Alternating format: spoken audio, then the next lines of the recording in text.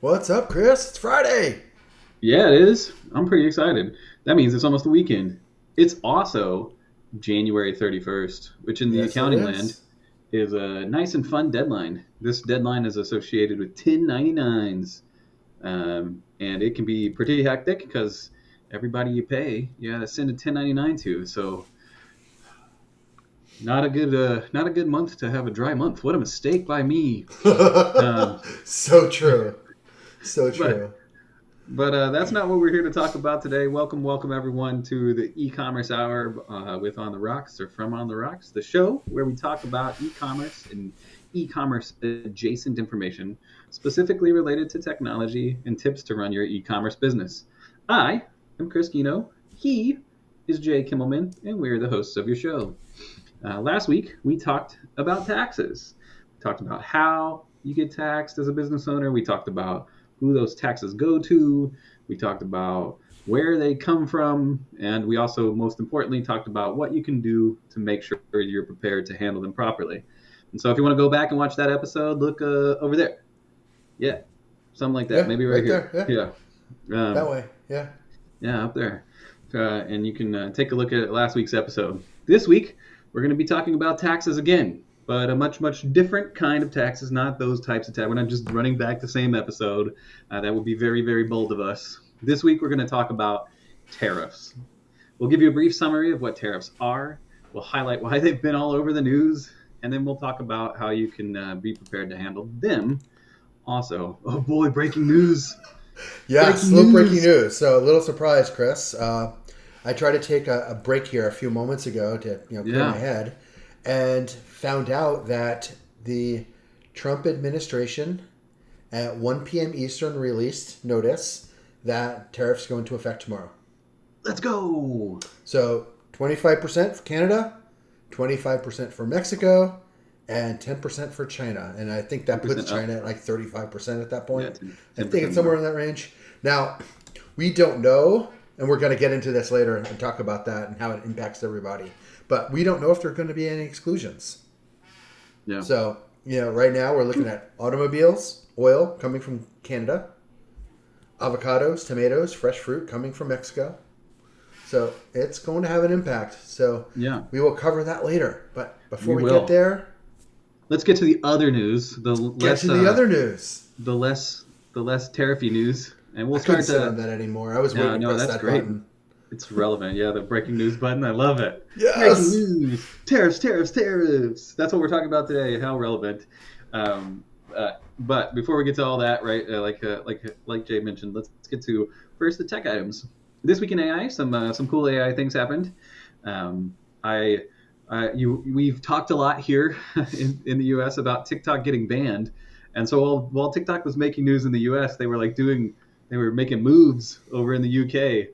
TikTok Shop introduced GMV Max to automate ad campaigns, and so if you're in the UK and you're using TikTok Shop, your ad campaigns just got a little bit easier with GMV Max.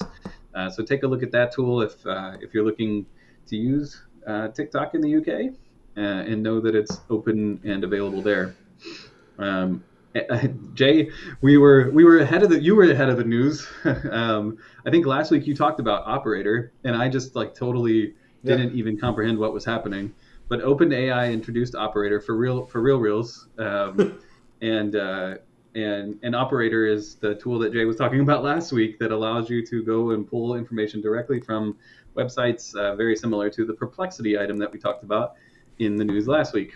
And so it seems like both Perplexity and OpenAI are making these forward-looking additions into their generative AI technology. So Operator is out there, and I know a little bit more about it now. Well, Have you used it, Jay? operator is like taking robotic process automation (RPA) to the next level. It's going to Okay. allow you to do tasks right within your browser, and I can't wait to play with it. I know it's been out a little bit, but Yeah. it's been 1099 week, and we're settling in here to tax season, so it's been Yeah. a little busy. I'm looking forward to hearing how it goes, Jay. I have not used those types of tools.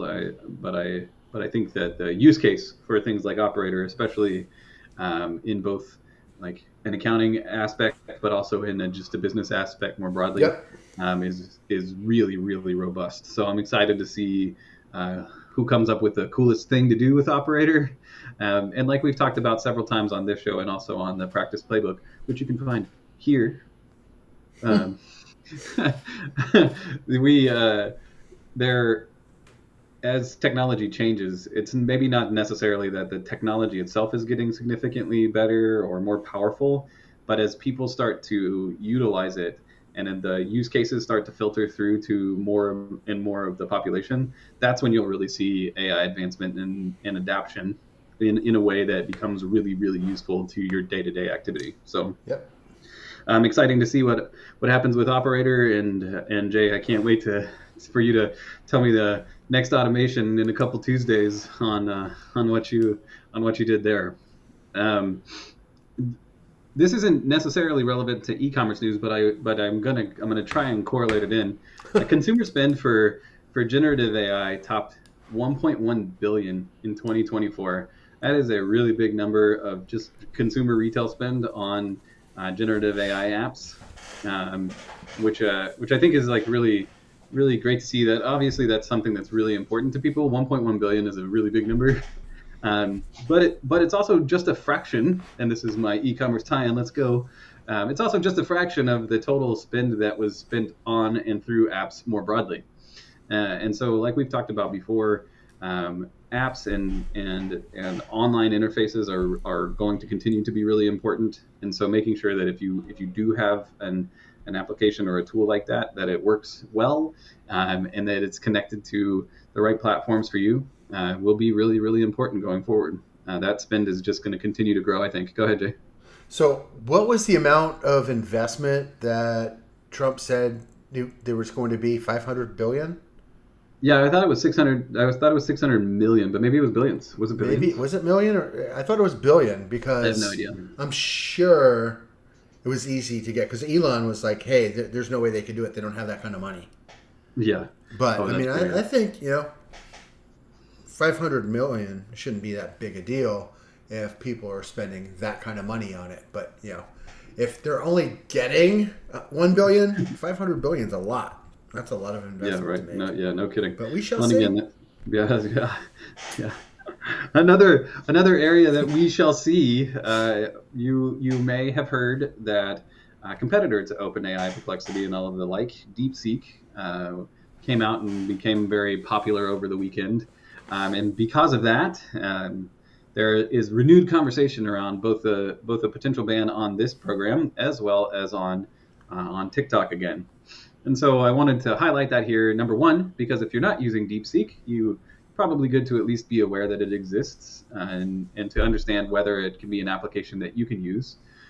We talked on Tuesday on the practice playbook about how DeepSeek is a little bit less expensive than some of its competitors. It's a fraction. Yeah, they're just like significantly less expensive. But that there is the alternative cybersecurity risk. That is what gets highlighted in conversations around banning it, because DeepSeek is, I think it's maybe even owned directly by the Chinese government. So it's just a thing to be aware of. Know that it's out there. Maybe don't get too deep into it just yet, just in case it does get banned, that kind of thing. But it's always good, I think, to know the popular and relevant tools, so that you can consider exploring them, but just be cautious around them. I mean, I would try it out. Go into incognito browser. Don't log into it. Don't do anything unless you have to. But maybe create a quick fake Google account. And I'm not saying quick. This is a throwaway account that you don't use for everyday business. But there was a TikTok earlier this week. A gentleman said he used DeepSeek to do his tax return. He stored all of his passwords to his banking apps on it, so I'm sure he was in jest. But the word on the street is those servers are owned by the CCP, so use it at your own risk. That's right. And then finally, in the tech news, BigCommerce, which is a platform, they rolled out their new and updated Catalyst storefront platform for faster and flexible launches of your website. If you are looking to change your storefront or your channel operations, know that BigCommerce made a big change there. And then obviously, if you use BigCommerce, you'll be seeing that change if you haven't already seen it. So make sure that you're aware of that. Any thoughts Yeah. around Catalyst, Jay? Yeah. Anybody out there, if you are using BigCommerce, raise your hand. I'd like to know. All right. Yeah. Here we go. Shopify. Make the move. Highly recommend it. There you go. Wonderful. Just saying. Hey, Unsponsored. Yeah. Right. Saying. Yeah. Yeah. Wonderful. BigCommerce is trying to keep up by making these changes. That's what I think. So who knows if they're doing a good enough job? We'll see. We'll see. And that Jay, that was the tech news this week. In more broad e-commerce news, I think this is a potentially exciting thing, but Meta introduced ads within their Threads platform. And so you may recall, or you may have forgotten because it was such a flash in the pan. But at the time and around the time when Elon bought Twitter, lots of people were flocking away, and they flocked their way to Threads, which got launched at that same time to try to take advantage of this. At the time, I thought this was like Facebook trying to take advantage of this situation, which is what I feel like they were developing the product anyway. And they were like, well, we can roll it out, and it just might not be complete or whatever. And they did it. and now they've gone into the next stage of that, which is the introduction of ads. I feel like this was always a thing that was coming. Social media platforms are always going to need some type of, they just can't operate for free because you have to develop the product, you have to improve the product, all of the different stuff that goes along with that. So it was never going to stay free in that respect. And so this is just in the next layer of that. And so for e-commerce business owners, if you know your customers are out there on Threads, know that you now have an opportunity to reach them. And I think that will be an important thing for retailers going forward. Jay, any thoughts on that? No, I mean, pretty much you're reaching out to the entire Instagram community because everybody on Instagram has a Threads account. So, it's just a way to double dip, get in there. That's right. Scene. The National Retail Foundation, the NRF, they have projected a record Valentine's Day, Jay, with online leading the way, with more than 1/3 of people that were in this survey planning to shop online for a total of $27.5 billion in Valentine's Day gifts. And Jay, what that reminded me is that I need to do some online shopping for a Valentine's Day gift. Like this. Yeah. So I'll get on that. We're obviously about 2 weeks out from Valentine's Day. So if you're not already thinking about it, here's your reminder. Do it. It's It's 2 weeks from today. Oh, that's right. Oh my gosh. Yeah, be on top of that. Well, so that means we're coming to you live on Valentine's Day in 2 weeks. Yes, we will. And I will be super hyped because that will be the first points NASCAR race of the season. Let's go. Exciting times. Wearing my NASCAR shirt.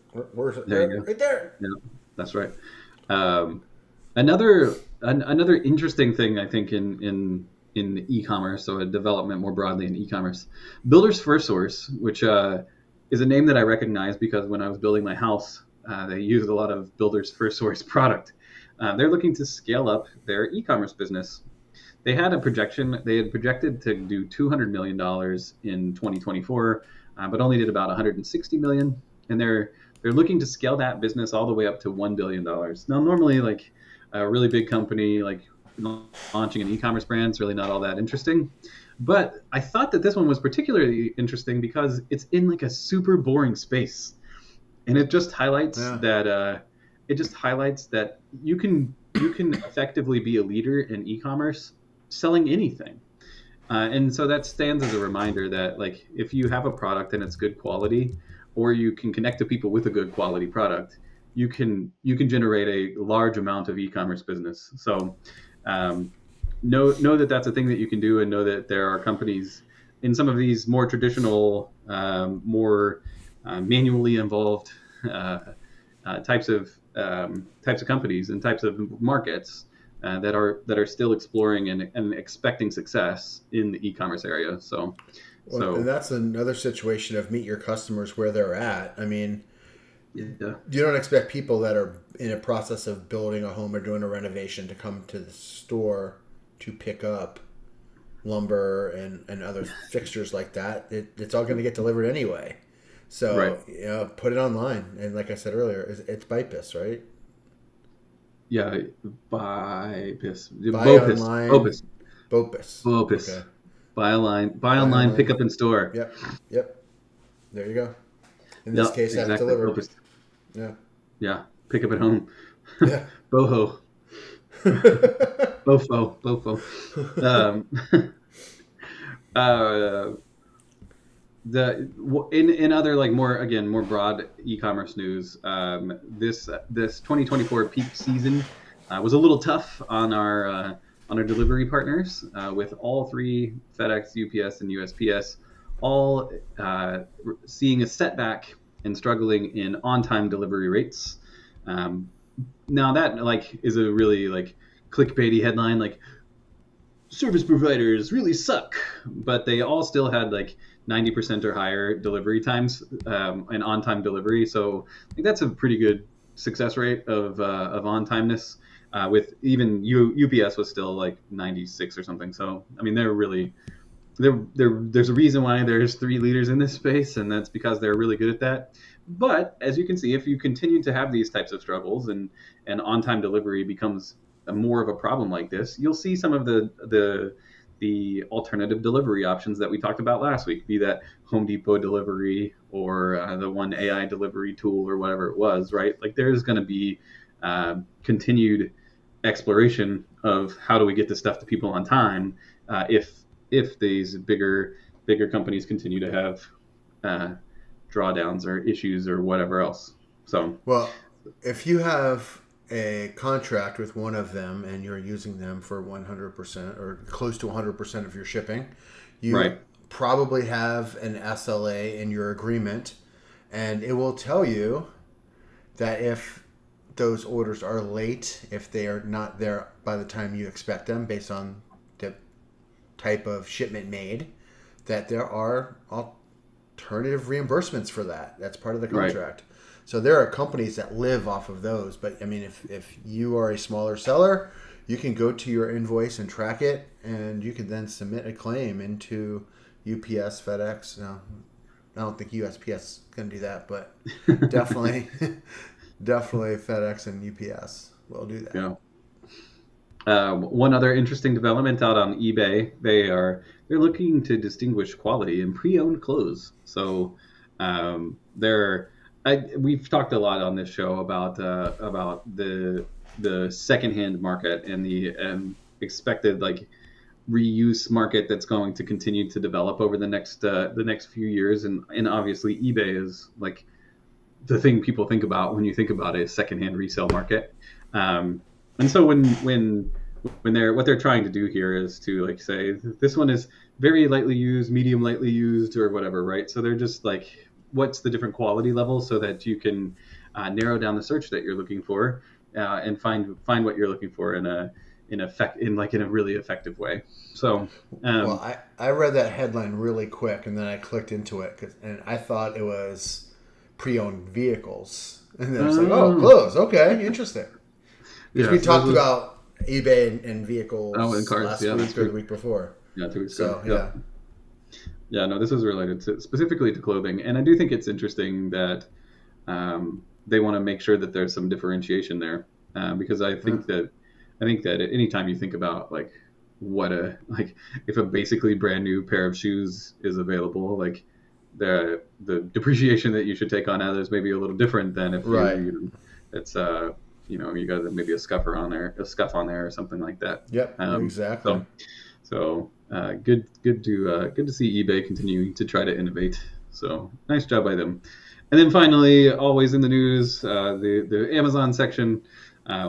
Amazon launched their Brand Plus option to predict consumers looking for a product in the next 3 months in order to deliver content via other platforms like Prime Video, Fire TV, and Twitch, which just is like that's 4D chess style like advertising, I think. Yeah.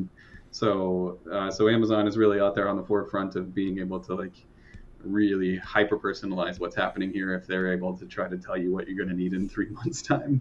Um, so it's wild to see this development, but Yeah, also for very sure. exciting and very interesting, I think.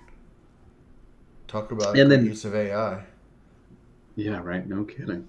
And then finally, the Amazon is launching drones in the UK. So the UK made the news twice today. This one for Amazon drones. So Amazon's launching drones out there in the UK. So much so that it came up in my newsfeed 2 different times. 2 separate companies talked about this. So big deal over there. I think they're identifying where they want to do the first drone deliveries there in the UK. But I think, and we've talked about this when we talked about the Amazon drones out in Arizona. I think that the future of delivery and the speed with which you can deliver things is going to continue to get quicker because of innovation like this. So between the van cam that lights up the product that you need to drop off at that particular location, Yeah. and drones that can just set it on someone's back porch, like the continued innovation and speed with which Amazon is going to allow delivery to happen is probably going to decrease the amount of time that people expect to get products, which is going to have an impact on UPS, USPS, and FedEx on their on-time deliveries, because people are going to want things faster, and they're going to not understand why you have to wait a week to get something on a truck when Amazon flies it over in a drone in an afternoon. So We talked about that earlier. I mean, yeah, in a separate conversation. You know, Hmm. you know, Gen Zs or Gen Zs, they want immediate satisfaction. They want right, their product now, and they're gonna get it. You yeah. know? Amazon's helping. Yeah, for And sure. maybe making it worse. But definitely innovations and continued improvement in those areas is just remains interesting to watch.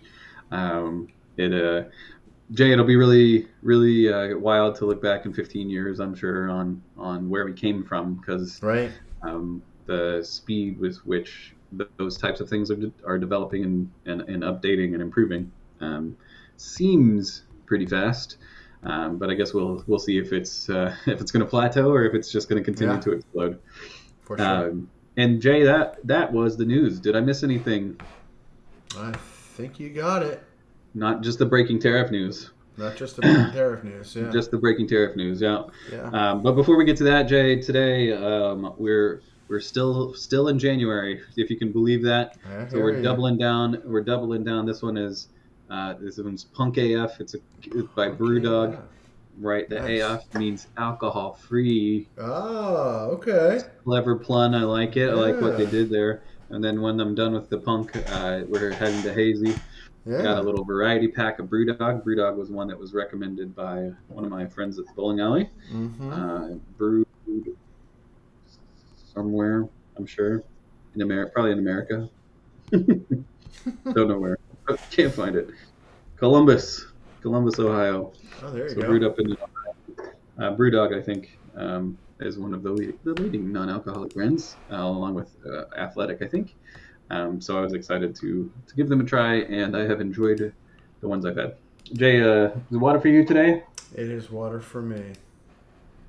Fantastic. Too much going Water, on. Not sticking around the house today, so no yeah. drinking. Water is one of the ways that lots and lots of products come into the United States across the ocean, and when those products come to the United States, Jay, we don't just let them in. We unless they're like under a certain threshold of dollars, right? Your Shimus.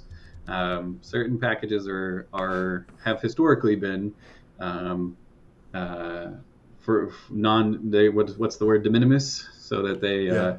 they don't have to pay the associated fees. But all of the other goods that come from other countries, in theory, are subject to potential tariffs, and tariffs are just taxes that are paid by the company that purchases the good and given to the U.S. government. So it's basically like a sales tax on goods that are imported. Jay, is that that too dumbed down of a version of what a tariff is, or does No, that sound that's about right? perfect. That's good. Yeah. Yeah. Yeah, tariffs have been in the news a whole lot for a wide different variety of reasons. We had speculated here on the show that they were intended to be bargaining chips, and based on the breaking news, that maybe was wrong because it seems like we are going to try to execute some of these tariffs. Tariffs have a wide variety of impacts. What they ultimately do in the short term is they cause importers to pay higher price for goods by adding a tax to those goods. In the longer term, what they typically will likely do, if you think about the economics of it, in the long term, depending on how impactful they are or how significant they are, they will potentially change the market dynamics where if the tariff is high enough and the price that you're having to pay in addition to the price of the good is so substantial, it may change where you want that good to be produced, which in theory brings the good back to the United States. But Jay, as we've talked about on the show, likely just means you're paying a higher tariff Yeah. from wherever it is that you're buying the good from. For e-commerce sellers, there are a lot of things to think about as it comes to this. The first thing, of course, is if you buy products from other countries like this, you need to be aware that you're going to pay a higher tariff, which means that you're going to have more cash outlay to buy your goods. Jay, I don't know how, and maybe this is just a blind spot where I need to maybe do a little bit more learning, but how are tariffs assessed? Do you pay them? When do you pay them? So goods come to the port, they go through customs, and that is when they're assessed. Okay. And usually there is a bill that is sent to the importer. Yeah. And then they will pay it, and then that bill is then passed along to the purchaser. Right. And that usually comes a month or two later. Yeah. So landed cost is really important, at that point to make sure you're capturing that. So yeah. And that's pretty much the cycle there. Yeah, and so I think it's important to highlight exactly what you just said right there. There are several things that will happen to e-commerce sellers, right? You're going to be buying your goods. You're going to be paying maybe half the invoice up front. You're going to get the goods. You're going to know that they're import. You're going to pay the second half now that you've got the goods here in the United States. And then a couple weeks later, you're going to get a bill that's 3 times what it was before because of tariffs that you weren't thinking about before. And so if you think about the way that impacts your cost of sales, like Jay's talking about, like you as a business owner really need to be thoughtful of how you're capturing those costs. And especially if you have a 30-day lag, it may be that you need to estimate some of those costs in a short period of time to understand what your exposure is there so that you can align your expenses with your revenue. That can be you want to really, make sure really you're important. capturing that in your COGS immediately, because if you're selling that product, as soon as it comes through the port, then you're not going to have the full proper costing of it. So you want to make sure you are estimating that for sure. Yeah, and you should know, and your importer will know what that tariff rate is. So that's a piece of data that you can have. And so the other thing that means that you need to do is, from a cash flowing perspective, you have to plan for that, because you're certainly not going to be able to not pay it. That definitely won't be working. So it's a cash flow thing that you need to be aware of as well. So you've got a lot of different impacts from those increased or now newly introduced tariff bills that you'll have to pay. One, we've talked on the show before about how a growing number of sellers are Chinese, right? That's because historically the price of producing goods in China is lower, and in fact, a couple weeks ago we talked about how now over 50% of Amazon's U.S. marketplace share is Chinese sellers, and so that means that Amazon has been pushing for lower prices, which results in favoring these Chinese sellers over U.S. sellers. And now Amazon is going to be on the hook for all this extra money potentially, right? Of these new imports, and as that occurs, right, they're going to start to pass those costs along. So Jay talked about this before. What that means that you'll see challenges in the marketplace, especially if you're in one of these areas that sells on Amazon and competes with these Chinese sellers. You'll see a price competitiveness issue. You may see fulfillment issues, and then of course you may see Amazon's algorithm favoring that lower cost item. Amazon also introduced Amazon Haul, which we've talked about on the show before, which is the direct from China products. So there's lots of competition out there, and specifically like around Amazon and other areas, you'll start to see, I think, those prices start to increase. Jay, when you think about the role of these Chinese sellers on Amazon and how tariffs might impact that, what are your thoughts on that? Well, I see an overall price increase coming, and Right. Unless it's the Chinese government selling it, they're going to pass along the increase that they're going to be paying because they want to make a profit. If it's the Chinese government, well, maybe they don't. They absorb it because they're going to make it up in interest on our debt anyway. But by doing so, it puts price pressure on U.S. sellers and could impact the economy. So, there are a lot of different things at bay there. So it's like, what do we do? I mean, do we absorb it? What do we do? I mean, 25% is a large number. 10%, 10%, but that's a 10% increase over what it's already on the tariff. So that's an additional 10%.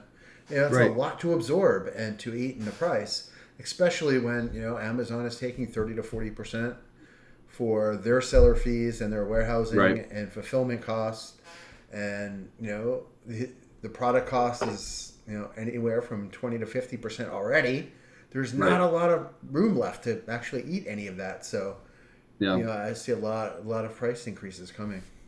Right, absolutely. My understanding is that these new proposed tariffs on China specifically could get to as much as 60% on Chinese imports. Right. And so then, like you've talked about, that's going to like introduce a dilemma for Amazon specifically, in that like they're going to have to make a decision on whether they want to prioritize low prices or support U.S. sellers. And so that will be a challenge that Amazon will have to work through as time goes on here. And then of course, like we talked about, in the longer term macroeconomic environment, higher tariffs will increase costs for sellers, obviously, but they will also increase the cost for buyers because there's going to be some compensation around that. And then the most important thing, and Jay, I think you'd agree with this, right? At some point, buyers, they're not going to want to pay that extra cost. Right. And so there's going to have to be some balance, and potentially, there will be some consumer backlash to higher prices of like, what does this really do for your product? And so as a e-commerce business owner, there's a lot of different things to manage and consider as it comes to pricing, as it comes to product costing, as it comes to all of that stuff that tariffs will introduce. And that just makes it a big challenge. Yeah. And, you look at the pricing, and to eliminate the tariff, Trump says manufacture in the U.S. Yeah. So, and let's just look at Canadian goods. I think Canadian wages are fairly close to U.S. wages. Yeah, so I don't see that big a deal. But the issue with Mexico and Canada, it's not the trade issue, it's an issue of border control. Yeah. So I don't see an end there. But, compare the cost of a U.S. worker and a Chinese worker, the cost to build a manufacturing plant, a storage warehouse, a shipping warehouse, those building materials subject to the Canadian 25% tariff, Yeah. it's driving those costs up. And I think it's still cheaper to have the products made in China and pay the tariff than it would be to have it made in the U.S. Yeah. But I could be wrong.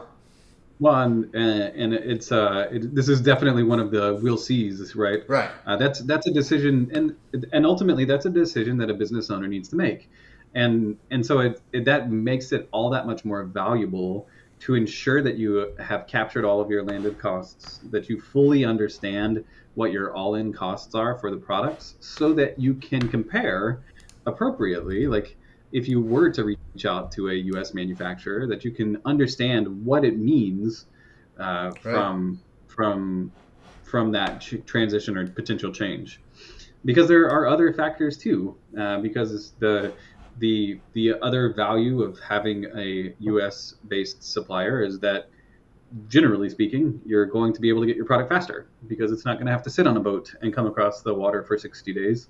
It's going to be in California or Montana or wherever it is that your thing is being made, right? So you have this opportunity to speed up the cycle just by it being closer. So there are lots of things that you would have to consider, and lots of things that you want to make sure that you're fully aware of as you evaluate potential decisions around that. Because I do think that while these tariffs are being introduced tomorrow or today, like effective today. Yeah. They're not going to just stay static. There's going to be continued change, and so it is really difficult. You don't want to like uproot your entire system just for a couple weeks of savings or something like that. So you have to make a lot of decisions around this. And again, that reiterates how important it is to have good information and be getting good advice when it comes to making those strategic decisions. Yeah. So the other thing that you said, the lead time to get that product from China to the U.S. If you invest in the proper tools, you could forecast that need, and you could not have that being an issue by placing orders appropriately and making sure you have those lead times appropriately set. You should be able to have that inventory hit your warehouse just in time to make those orders. So, Well, it's all about having the right tools, the right information, and doing the right calculations. Right, and then of course, like understanding that there are some potential issues too, right? You never know when the boat is going to run into a bridge, when you're going to have ship in the Red Sea get fired on by rebels. Like you don't know exactly what's going to happen, right? Like there's so much uncertainty when it comes to shipping and international and just like international landscaping broadly, that it can be really difficult to respond. Now that being said, there are definitely some things that you can consider. One of them is one that you probably should have started a while back, because if the tariffs are effective today, this one won't work anymore. But you could have been stockpiling some inventory to avoid those the future tariffs, right? If you got the goods in today, you'll be in good shape. It may be an interesting study, I think, Jay, to like go back and look at what the shipping volumes were in this like last couple of weeks here. If we're also going to see some short shipping, or the like overall shipping volume dip a little bit here at the beginning. I think you will. But I'd be interested if it was like stuffed already, if lots of people were already stockpiling that inventory in anticipation of these tariffs. The other thing we've talked about is, of course, like the way to respond, and this is a significant one, but is diversifying suppliers. So that's finding people somewhere else. Obviously, as we've talked about, a lot of our discussion is around bringing that back onshore, but there are other countries with lower tariff rates than China. Even if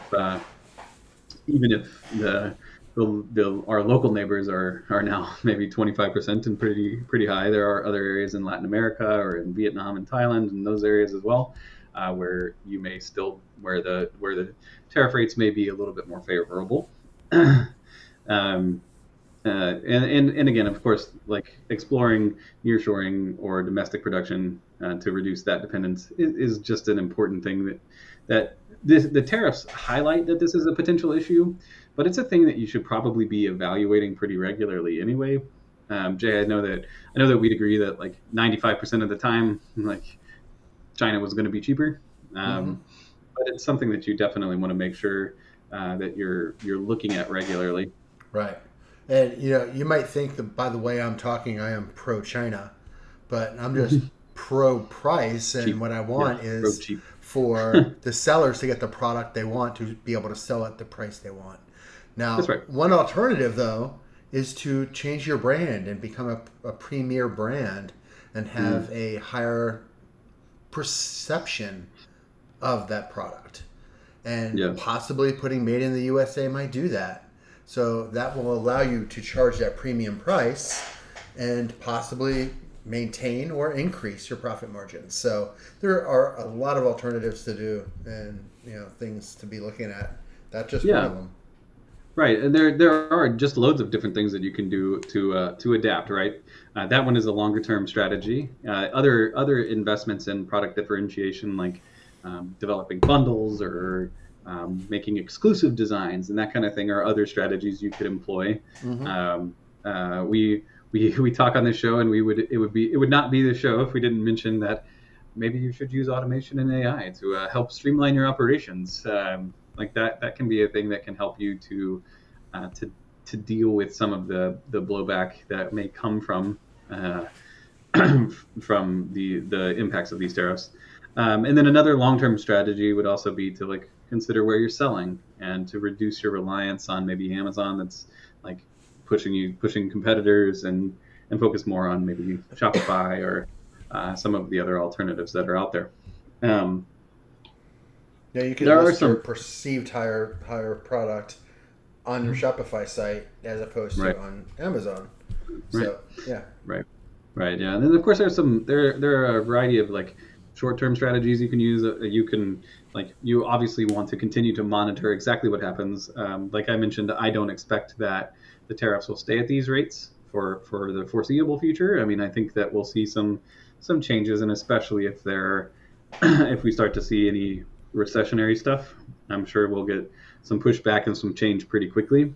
Um, but that also means that like you also need to be thinking about price adjustments because if that cost of your product is going up, you need to be aware that that's a thing that you need to adjust for. So if you have that flexibility in the market, you want to be able to push it and just understand that that's a thing that you have to consider.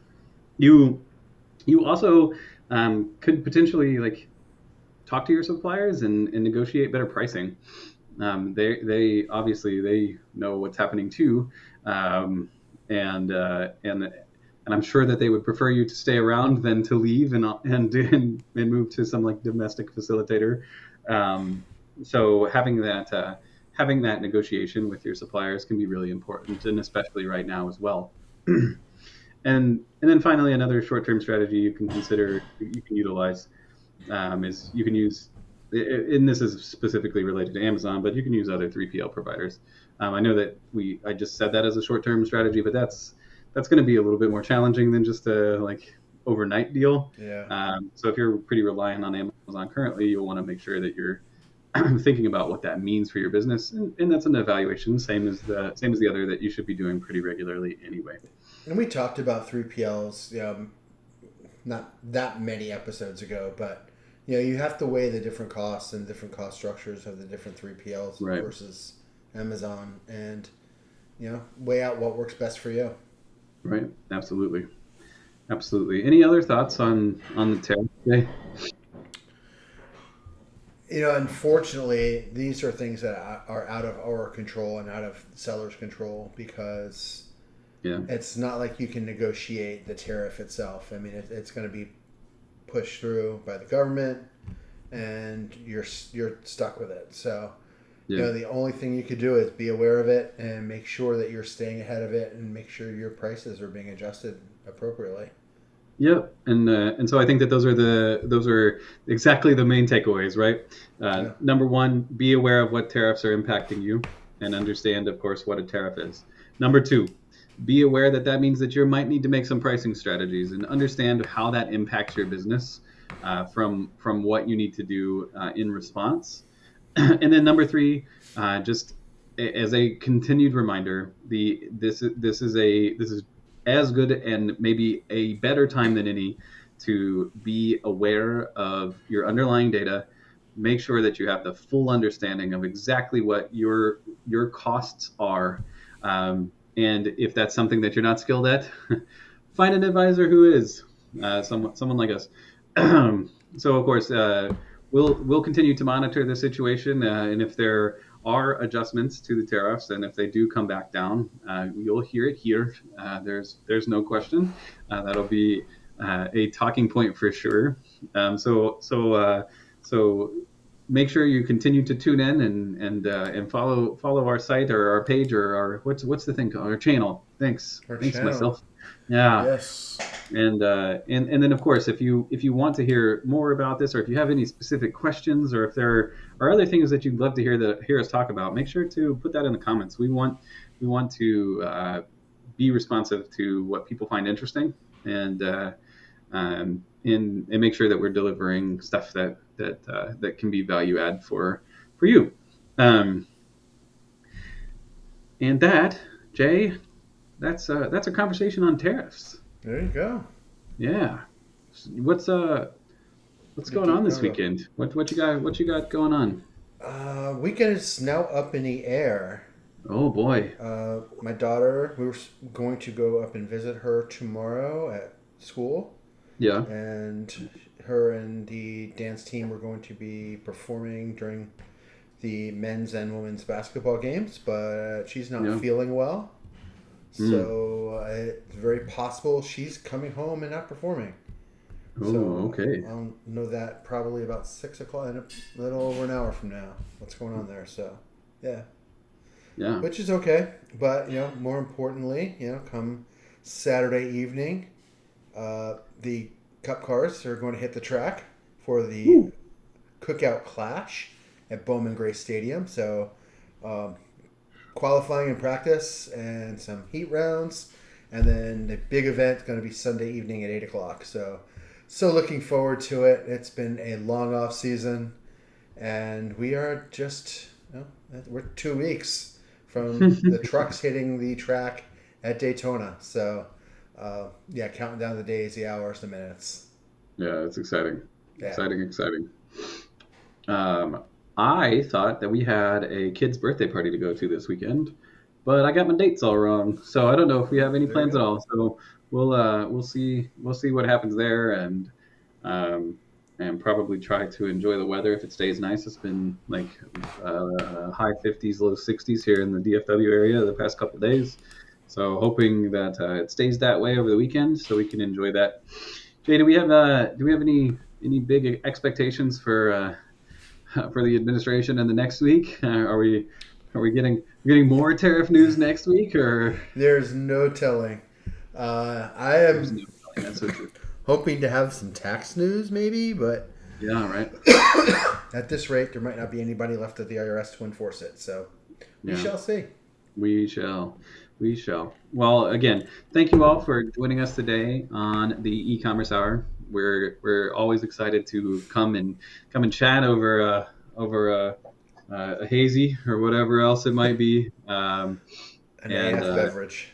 Yeah, an AF beverage, and look forward to doing so again next week, when we'll be right back here at the same time, same place, same channel, talking about something relevant to e-commerce again, be that technology, be that tariffs, be that taxes, or be that something different altogether. But you'll know where to find us, and we look forward to talking to you then. So have a great weekend, Have a everyone. Thanks great for weekend. joining us. See you on the next one. Bye, everyone.